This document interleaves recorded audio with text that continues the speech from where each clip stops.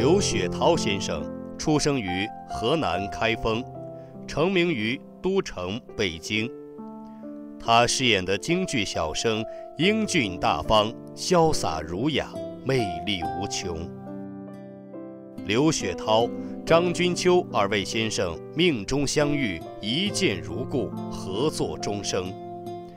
他们一起创作了《彩楼记》《望江亭》《状元梅》《诗文会》《珍妃》《秋瑾传》《赵氏孤儿》《楚公恨》等名剧，传播久远，流传至今。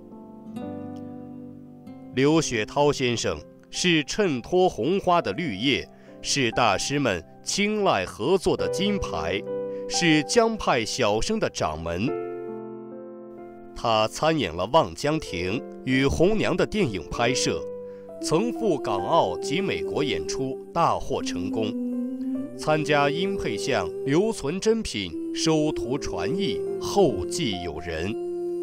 在80岁高龄录制江派小生经典唱段，奉献刘雪涛80岁唱腔专辑，记载生命感悟的《雪涛艺术流年》2011年出版，鞠躬尽瘁，白首之心。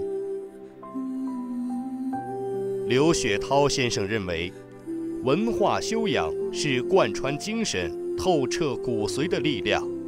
他酷爱摄影，相机随身，佳片不断。中年习画，笔耕不辍，成绩斐然。